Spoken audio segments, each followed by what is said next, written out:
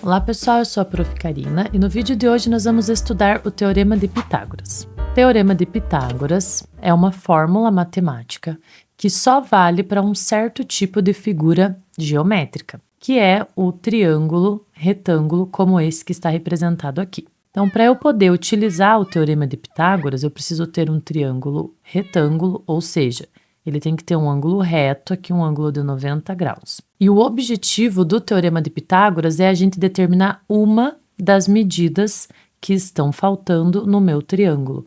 Então, ele é um teorema que vai utilizar as medidas dos lados do triângulo retângulo. Então, precisa ser um triângulo retângulo e a gente quer encontrar as medidas dos lados. Então, em um triângulo retângulo, as medidas dos lados, elas têm nomes específicos. Então, o lado A e o lado B, que são os lados que formam o ângulo reto, eles recebem o nome de catetos. E o maior lado, que é oposto ao ângulo reto, recebe o nome de hipotenusa. O Teorema de Pitágoras diz que a medida da hipotenusa ao quadrado é exatamente igual à soma dos catetos também elevados ao quadrado. Como a gente é complicado ficar escrevendo o nome dos elementos, a gente dá uma letrinha, relaciona uma letra para cada lado e aí vai usar essa letrinha para representar a fórmula. Então, é a hipotenusa ao quadrado, C ao quadrado. E isso é igual à soma dos catetos ao quadrado. Então, o cateto A ao quadrado somado com o cateto B ao quadrado. Essa é a fórmula que você vai utilizar sempre que precisar encontrar uma medida de lado, a medida de um lado no triângulo retângulo. Então, uma das formas de provar esse teorema, né, por que ele é escrito dessa forma, é utilizando um triângulo retângulo, e eu coloquei um aqui que ele tem. Então, um dos catetos aqui mede 3, o outro cateto 4 e a hipotenusa mede 5. E aí, a gente vai utilizar quadrados, já que é elevado ao quadrado, né? Então, a gente vai utilizar quadrados para mostrar essa relação. Então, eu vou colocar um quadradinho com a mesma medida do lado A, que é o lado do cateto, outro quadradinho com a medida aqui do lado B. Então, eu coloquei aqui o quadradinho no lado A, no lado do cateto A, ele mede 3 de lado. E o cateto B, ele também tem um quadradinho que mede 4 de lado. E aí, eu vou colocar um quadrado aqui na hipotenusa, e esse quadrado, ele mede 5 de lado. Como a gente tem quadradinhos, se a gente contabilizar o total de quadrados em cada um, ou seja, calcular a área deles, né, a gente vai ter no primeiro aqui 3 vezes 3, ou seja, 9 quadradinhos. No segundo aqui do lado B, que é 4, então 4 vezes 4, 16. E no maior, que é a hipotenusa, a gente tem 5 vezes 5, que é 25. Se a gente somar, então, esse quadrado do lado A com o quadrado do lado B, vai dar exatamente o quadrado do lado C, que é o da hipotenusa, porque 9 mais 16 é exatamente igual a 25. Então, a partir dessa relação, a gente tem aqui a demonstração do Teorema de Pitágoras, por isso que ele é elevado ao quadrado, né? Então, é como se a gente calculasse a área do quadradinho formado pela medida do lado do triângulo. Então, o quadradinho formado pelos dois catetos é exatamente o tamanho do quadradinho formado pela hipotenusa. E aí, essa fórmula, depois que você conhece, você só vai aplicar ela nos triângulos retângulos quando quiser determinar a medida de um lado. Então, a gente vai fazer alguns exemplos aqui. Então, eu vou colocar de novo aqui o teorema para a gente utilizar ele de base. Lembrando sempre que a hipotenusa ao quadrado é igual à soma dos catetos elevados ao quadrado. E aí você precisa identificar cada um deles para poder saber qual que você vai utilizar na fórmula. Então, o primeiro que fica sozinho, né, é sempre a hipotenusa, que é o maior lado. Então, se você conseguir identificar ela, os outros dois são indiferentes à ordem que você vai aplicar. Então, aqui nesse primeiro triângulo, a gente tem a hipotenusa, é o C, que é o que a gente quer descobrir, e a gente sabe que um cateto vale 6 e o outro cateto vale 8. Então, eu vou aplicar ali no teorema.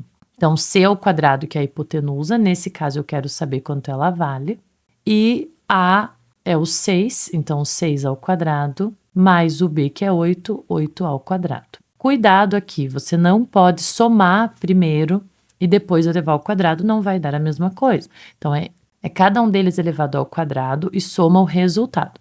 Então, 6 ao quadrado, 36, 6 vezes 6, mais 8 ao quadrado, que é 64. Somando os resultados, eu vou ter 100. Então, eu sei aqui que c ao quadrado é igual a 100. Então, eu preciso pensar em um número que eu elevo ao quadrado, que eu multiplico por ele mesmo e que é 100 a resposta. E a gente faz essa conta utilizando a raiz quadrada. Então, eu troco o elevado ao quadrado por uma raiz quadrada. Então, a raiz quadrada de 100, que é 10. Nesse caso, então, a minha hipotenusa vale 10. Existe um tipo de triângulo que é o chamado triângulo pitagórico. Então, no triângulo pitagórico, a gente tem a seguinte relação. Os lados, eles são múltiplos de 3, de 4 e de 5, que é aquele exemplo que eu mostrei agora há pouco. Então, se você tem dois lados que são múltiplos, os dois catetos que você tem, um é múltiplo de 3 e o outro é múltiplo de 4, então a hipotenusa tem que ser um número múltiplo de 5, que é o caso desse primeiro exemplo que a gente acabou de responder. Então, o 6 que está aqui, ele é múltiplo de 3, 3 vezes 2. O 8 é múltiplo de 4, 4 vezes 2. Então, os lados dos catetos são múltiplos de 2, sempre multiplicados por 2. E a hipotenusa, que é 10, é 5 vezes 2. Então, se você identificar que o teu triângulo é um triângulo pitagórico, porque eles são múltiplos de 3 e de 4, você consegue encontrar a hipotenusa, por exemplo, procurando o mesmo múltiplo de 5. Então, aqui nesse caso, são os múltiplos da tabuada do 2, né? Múltiplo de 3, múltiplo de 4 e múltiplo de 5. Aqui embaixo, no segundo exemplo, a gente vai resolver usando a fórmula primeiro. Então, eu tenho que a hipotenusa é 15, que é o C, o A vale 9 e o B eu quero descobrir. Substituindo na fórmula, vai ficar 15 ao quadrado igual a ao quadrado, que é o 9, mais o b ao quadrado, que eu quero descobrir. Nesse caso, vou resolver sempre as potências primeiro. Então, 15 ao quadrado, 225, o 9 ao quadrado, 81, e o b ao quadrado eu vou repetir. O 81, ele vai para o outro lado, trocando de sinal. Então, vai ficar 225 menos 81 igual a b ao quadrado.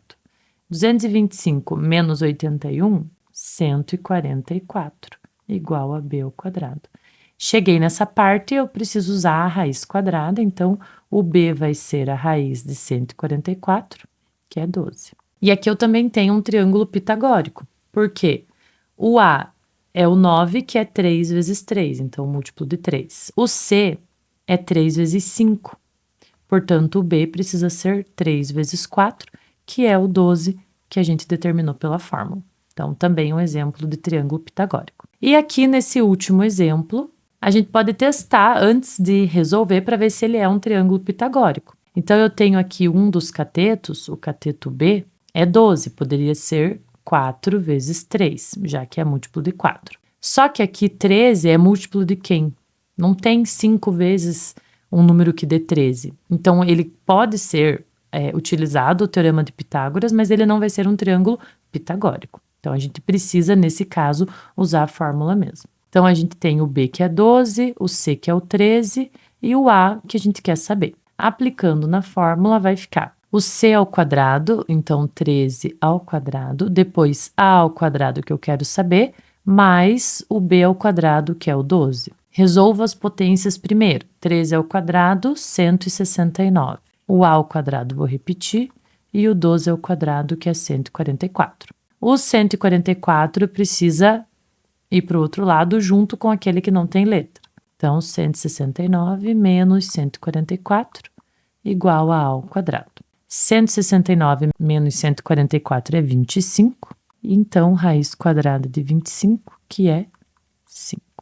Então, o A aqui, nesse caso, vale 5. Então é isso no vídeo de hoje. Se gostaram desse conteúdo, assistam outros vídeos no canal. Obrigada e até a próxima.